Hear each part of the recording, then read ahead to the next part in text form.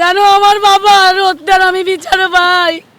কারা করেছে, কেন করেছে, এর সুষ্ঠু তদন্ত চাই এবং আমি এর শেষ পর্যন্ত দেখতে চাই। আজকে আমি এতিম হয়ে গেছি, আজকে আমার পড়াশোনা শেষ হয়নি, আজকে আমি মাঝপথে। আপনারা সবাই জানেন আপনাদের পরিবারে সবারই সন্তান আছে, যার বাপ থাকে না, তার কেউ থাকে না, তারা এতিম হয়ে যায়।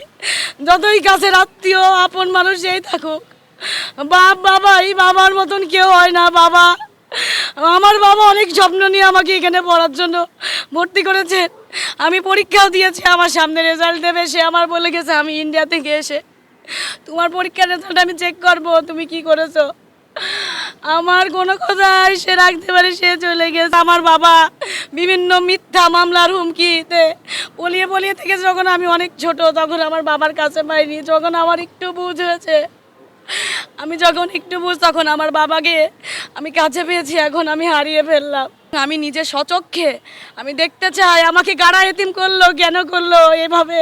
আমি প্রকাশ্যে তাদের মৃত্যু দেখতে চাই, আমাকে এভাবে এতিম করে দিল আমার বাবা। আমি ইন্ডিয়াতে যাই নাই, আমার সাথে সর্বশেষ তার ভিডিও কলে কথা হয়। সে বলেছে আম্মু আমি না ইন্ডিয়ায় যাচ্ছি, আমি 2 দিনের মধ্যে চলে আসবো। তোমার দাঁতের ডক্টরের কাছে দেখানোর কথা, তোমার 2 দাঁতের সমস্যা, আমি এসে আমি নিয়ে যাব, তুমি যেও না। তোমার ডক্টর ফোন করলে তুমি বলবা আব্বু ইন্ডিয়ায় গেছে, আব্বু এসে তোমাকে নিয়ে যাবে, তুমি থাকো আমি আসছি, এই কথা বলে গেছে আমার সাথে। তারপরে আমার সাথে আমার কোনো ভাই নাই, আমরা 2 বোন। আমার বড় বোন ডক্টর, আমি LLB পড়তেছি, আমি 3rd ইয়ারে, আমার ফাইনাল ইয়ার চলে। আমি ইউনিভার্সিটি অফ লন্ডনের আন্ডারে পড়তেছি। আমি নিজেই আসছি, তারা আমাকে খুব সহযোগিতা করছে, তারা আমাকে খুব আন্তরিকতার সাথে দেখছে বলে আমি খুব তাড়াতাড়ি খুব ইনফরমেশন পেয়েছি।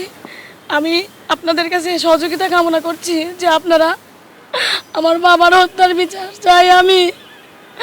আপনারা এই বিষয়ে আমার সহযোগিতা করবেন, আপনারা নিউজ করবেন, আপনারা জানাবেন, আপনারা সারা বাংলাদেশ সহ সারা ওয়ার্ল্ডের সব জায়গায় আপনারা আলোড়ন সৃষ্টি করে দেন।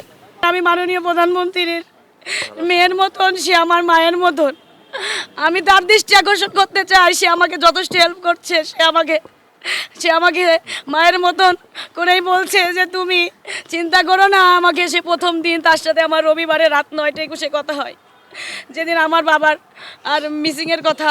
রবিবারে না, আমি যেদিন দিবি আঙ্কেলের এখানে আসছি, হারুন আঙ্কেলের এখানে, সেখানে তার আগের দিন কথা হয়েছে। প্রধানমন্ত্রীর হস্তক্ষেপ কামনা করছি, সে করছে। প্রধানমন্ত্রী আমার আশ্বস্ত করেছে, আমি ইনভেস্টিগেশন চালাচ্ছি, আমি সব রকম চেষ্টা করতেছি।